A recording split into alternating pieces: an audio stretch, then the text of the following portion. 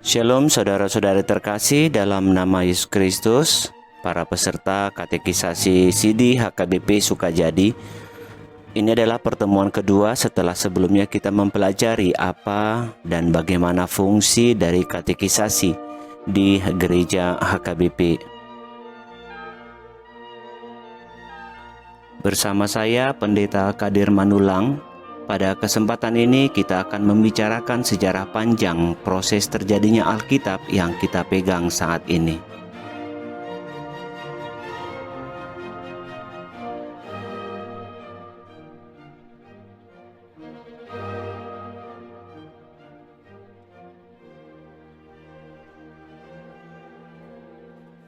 Alkitab yang kita pakai sampai saat ini adalah kumpulan kitab yang berbeda-beda, yang dipercaya memiliki otoritas yang tinggi sebagai tulisan yang diilhami Tuhan kepada penulisnya. Kata Alkitab sendiri berasal dari bahasa Arab. Al artinya Allah, kitab artinya kumpulan tulisan. Jadi Alkitab memiliki arti kumpulan tulisan-tulisan yang berasal dari Allah. Sekalipun memiliki arti yang sama dengan Al-Quran, namun pada dasarnya makna yang dikandung sangatlah berbeda. Al-Quran sendiri memiliki arti Allah dan buku. Jadi Al-Quran adalah buku Allah.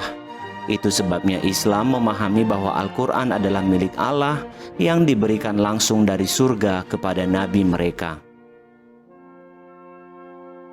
Kehadiran Alkitab di Indonesia sendiri tidak dapat ditentukan secara pasti. Nama Alkitab baru dikenal setelah kedatangan Belanda ke Nusantara. Tetapi jauh sebelumnya sebuah kitab yang menceritakan tentang Injil telah ada di Nusantara, yang dibawa oleh seorang penginjil dari Portugis yang bernama Gregorio de Gregorus pada tahun 1514. Tulisan tentang Injil ini dituliskan dalam bentuk tulisan Arab Melayu dan diberi nama Kitab Salat As-Sawai, yang artinya kitab doa dan tafakur, yang diterjemahkan dari bahasa Latin. Pada saat yang sama, tulisan-tulisan tentang katekismus juga telah ditemukan di Jawa yang dituliskan oleh Francis Xavier dalam bahasa Latin.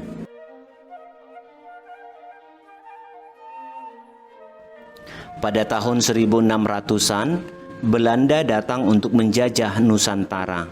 Saat itulah orang-orang Melayu Indo mengenal yang namanya Holy Bible.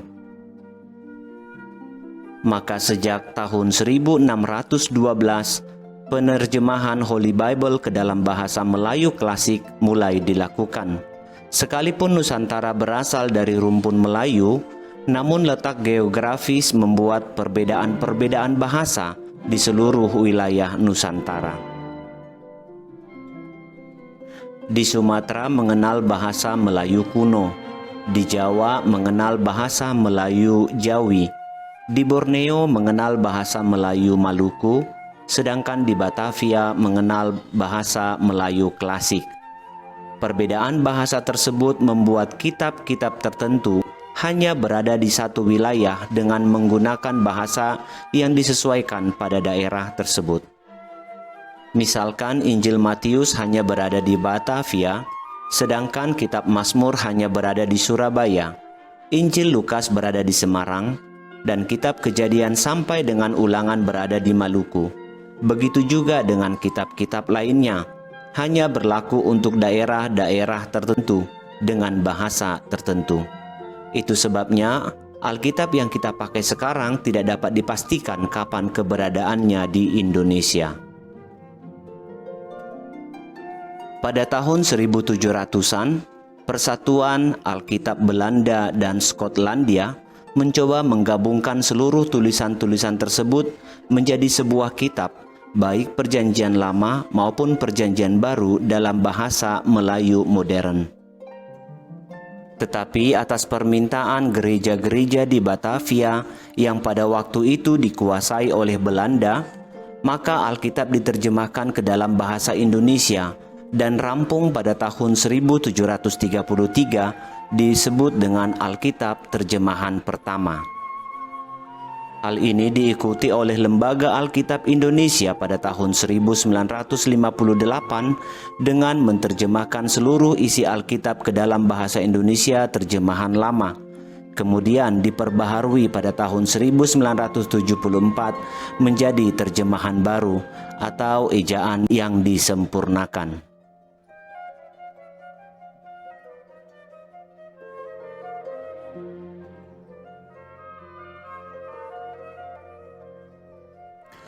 Kata kanon sendiri berasal dari bahasa Yunani yang memiliki arti patok, ukuran, atau mistar. Patok atau kanon atau measure adalah sebuah ketetapan atau sebuah ukuran. Ini biasanya dipakai untuk tindakan mengukur tanah. Misalnya, setelah sebidang tanah diukur, kemudian diberi patok yang menandakan telah diukur.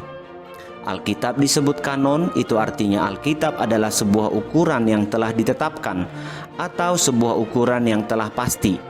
Alkitab adalah sebuah patokan bagi semua pihak. Barang siapa yang mencoba menggeser patokan, maka ia adalah penipu atau seseorang yang bertindak curang. Kanon adalah sebuah ukuran pasti, bagaikan alat atau tongkat ukur modern yang tidak boleh dipanjangkan atau dipendekkan, yang telah disetujui untuk dijadikan alat pengukur oleh semua manusia. Alkitab adalah alat pengukur doktrin dan perbuatan, baik pribadi orang percaya maupun jemaat. Sejarah terbentuknya Alkitab dapat ditelusuri pada abad kedua sebelum Masehi, ketika kelompok-kelompok Yahudi diketahui telah menyebut kitab-kitab dalam Alkitab sebagai kitab-kitab suci atau scriptures dan menyebutnya kudus. Dengan ditemukannya gulungan-gulungan kertas dan tulisan-tulisan, maka dilakukan proses pengakuan untuk memasukkan tulisan-tulisan tersebut menjadi sebuah naskah yang utuh. Tidak ada yang tahu dengan pasti kapan proses pengkanonan Alkitab sehingga menjadi Alkitab yang utuh.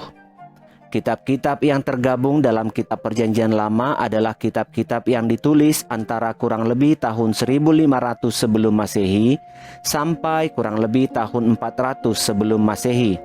Dengan kata lain, kurang lebih 400 tahun sebelum kelahiran Yesus ke dalam dunia, kitab-kitab Perjanjian Lama telah tertulis dan sudah sering dibaca oleh masyarakat Yahudi. Sesungguhnya tidak ada hal yang terlalu istimewa dalam proses pengakuan orang Kristen terhadap kanon kitab-kitab Perjanjian Lama, karena pada prinsipnya orang Kristen hanya memungutnya dari tradisi orang Yahudi. Proses pengkanonan kitab-kitab Perjanjian Baru sedikit lain dari proses pengkanonan kitab Perjanjian Lama, namun tetap memiliki prinsip dasarnya. Sebagaimana proses pengkanonan kitab Perjanjian Lama tidak melalui sebuah konferensi, demikian juga dengan proses pengkanonan kitab Perjanjian Baru. Sebelum sampai pada proses pengkanonan, terlebih dahulu didahului proses penulisan atau composing yang berkisar dari sekitar tahun 50 sampai sekitar tahun 100. Kemudian dilanjutkan dengan proses pengumpulan atau collecting yang berkisar dari tahun 100 sampai 200. Proses pengumpulan ini adalah proses di mana orang-orang percaya mengumpulkan surat-surat atau tulisan rasul-rasul untuk kebutuhan jemaat maupun kebutuhan pribadi. Sesudah masa pengumpulan kemudian diikuti masa pembandingan atau comparing yang berkisar dari tahun 200 sampai tahun 300. Proses pembandingan ini ialah proses di mana tiap-tiap jemaat lokal berusaha membanding-bandingkan hasil koleksi mereka. Sesudah itu kemudian diikuti dengan masa pelengkapan atau completing yang berkisar dari tahun 300 sampai 400. Masing-masing jemaat melengkapi hasil koleksi mereka. Surat yang kurang dari satu jemaat dilengkapi oleh jemaat yang lain. Ini adalah fenomena garis besar proses pengkanonan kitab-kitab Perjanjian Baru. Untuk memahaminya dengan lebih sempurna, selanjutnya dilihat proses-proses itu dengan lebih seksama. Proses pengkanonan kitab-kitab Perjanjian Baru itu sesuai dengan perkembangan penulisan kitab-kitab itu dan pengakuan jemaat. Sementara rasul-rasul mengajar dengan lisan, sebagian mereka digerakkan untuk menulis. Akhirnya jumlah tulisan rasul-rasul semakin bertambah dan dipakai sebagai dasar pengajaran. Sekalipun tulisan rasul kebanyakan berbentuk surat, namun ketika jemaat menghadapi persoalan yang terdapat jawabannya di dalam surat rasul itu, maka jawaban itu sama dengan jawaban langsung dari rasul. Jemaat menjadikannya dasar kebenaran karena mereka yakin bahwa surat itu berisikan kebenaran. Logisnya, kalau terhadap nasihat lisan para rasul saja mereka harus patuh dan meyakini dengan perintah Allah, tentu jauh lebih terhadap nasihat tertulis mereka yang jauh lebih akurat. Sikap ini menyebabkan mereka menyimpan dengan rapih semua surat yang ditulis oleh rasul-rasul.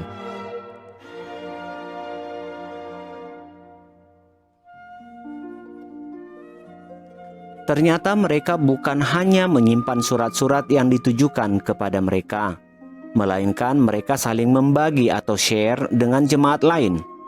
Misalnya jemaat Efesus yang menerima surat Efesus, jemaat Korintus yang menerima surat Korintus, jemaat Galatia yang menerima surat Galatia, dan jemaat Tesalonika yang menerima surat Tesalonika saling mengkopi satu sama lain. Sehingga di jemaat Korintus, selain ada surat Korintus, juga terdapat surat Efesus, Galatia, dan Tesalonika. Mereka mengkopi surat-surat itu dengan mencatatnya dengan tangan mereka. Tentu dicatat dengan ekstra hati-hati, karena bagi mereka itu bukan sembarangan tulisan, melainkan firman Allah yang disampaikan melalui rasul-rasul. Inilah yang di bagian awal disebut proses pengumpulan atau collecting.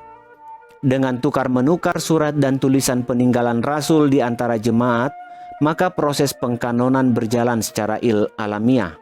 Sambil mereka menambah koleksi mereka, mereka juga membandingkan koleksi satu jemaat dengan yang lain. Tindakan membandingkan hasil koleksi masing-masing itu dinamakan proses pembandingan atau comparing. Mungkin ada jemaat yang telah mengumpulkan 20 kitab dan ada yang baru memiliki 15 kitab. Mereka mencocokkan hasil koleksi masing-masing dan melengkapi diri mereka dengan apa yang masih kurang. Tentu mereka mempertanyakan alasan dimasukkannya surat tertentu ke dalam kanon oleh jemaat lain. Setelah mendapat penjelasan, maka diterimalah surat tersebut oleh jemaat itu sebagai standar firman Allah. Pada abad ke-13, Stephen Langton membagi Alkitab ke dalam pasal-pasal atau bab. Dilanjutkan oleh seorang tukang cetak Prancis bernama Robert Estienne pada abad ke-16, membaginya ke dalam ayat-ayat. Pada abad 16 ini juga kaum Roma Katolik dan Kristen Protestan setelah mengadakan pembicaraan meneguhkan kembali keterikatan mereka kepada kanon perjanjian baru ini. Dan gereja Roma Katolik belum lama ini menekankan lagi keterikatannya.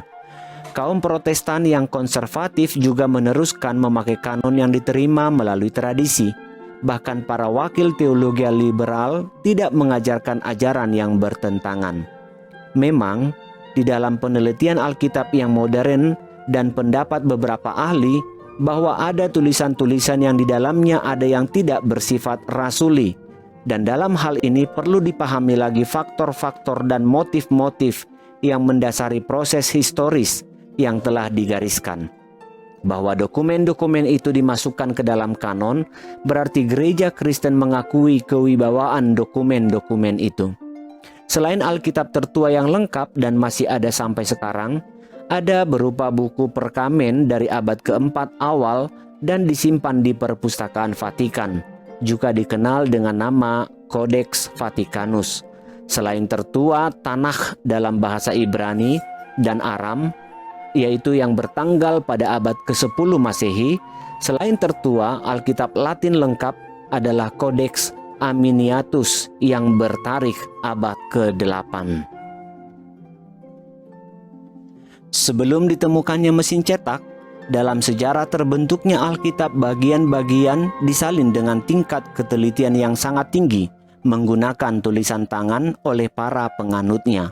Buktinya bisa dilihat dari salinan-salinan yang ditemukan hingga sekarang, yang sama dengan teks yang digunakan secara umum. Selain itu juga ada kutipan-kutipan langsung dari surat-surat zaman dulu yang mendukung kebenaran salinan tersebut sejak zaman purba hingga sekarang. Ketika mesin cetak diciptakan pertama kali di Eropa, Alkitab Latin yang disebut dengan Vulgata merupakan buku pertama yang dicetak dengan mesin cetak tipe bergerak di percetakan Johannes Gutenberg pada tahun 1455. Penemuan mesin cetak ini sangat mempercepat penyebaran Alkitab di seluruh dunia secara drastis.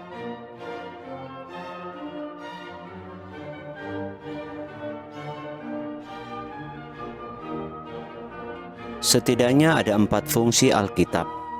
Yang pertama, untuk mengajar. Tanpa pengetahuan tentang firman Allah, seseorang tidak mungkin mengetahui kebenaran yang dikehendaki Tuhan. Yang kedua, untuk menyatakan kesalahan. Alkitab memberikan pengetahuan yang merupakan fondasi pertobatan, pengetahuan akan hukum Allah dan dosa kita, dan iman, pengetahuan tentang kapasitas Kristus untuk menanggung dosa. Yang ketiga, untuk memperbaiki kelakuan, mengkoreksi perilaku sebagai sarana yang digunakan untuk menunjukkan jalan yang benar dan lurus. Dan yang keempat, untuk mendidik dalam kebenaran.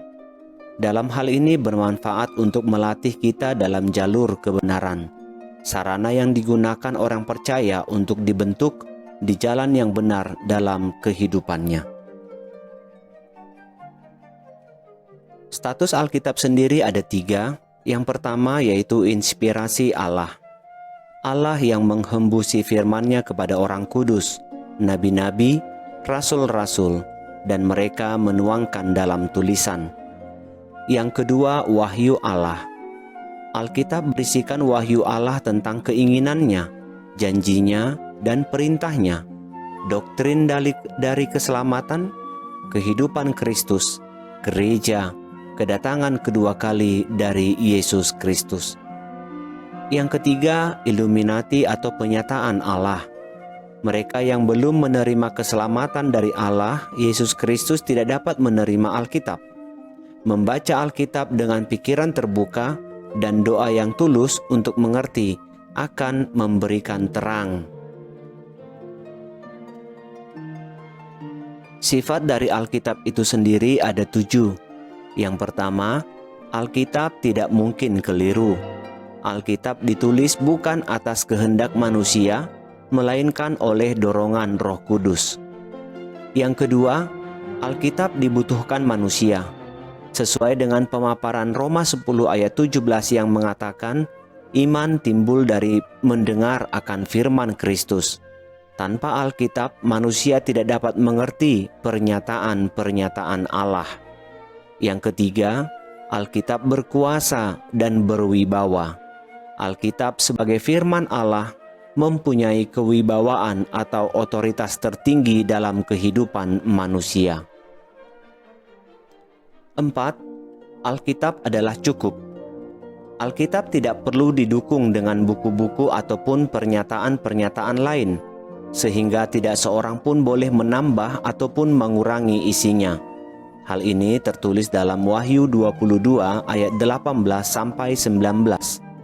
Yang kelima, Alkitab adalah terang. Kalau Alkitab sulit untuk dimengerti, maka tidak berarti bahwa Alkitab kurang terang. Yang menjadikan ia kurang terang adalah akal budi kita sendiri yang gelap. Yang keenam, Alkitab mencapai maksud dan tujuannya. Adapun maksud dan tujuan Alkitab adalah memanggil dan menghantar manusia kepada keselamatan oleh kematian dan kebangkitan Yesus Kristus. Dan yang terakhir, Alkitab merupakan satu kesatuan. Sekalipun ditulis oleh kurang lebih 40 orang, Alkitab tidak saling bertentangan isinya dengan yang lain, karena semua digerakkan oleh Roh Kudus. Demikianlah pembelajaran kita pada pertemuan kali ini. Pada pertemuan berikutnya kita akan membahas mengenai pengantar ke dalam perjanjian lama dan pengantar ke dalam perjanjian baru. Semoga apa yang dapat kita pelajari membuka alam pikir kita mengenai keunikan dan keistimewaan Alkitab yang kita pegang pada saat ini. Tuhan memberkati dan selamat belajar.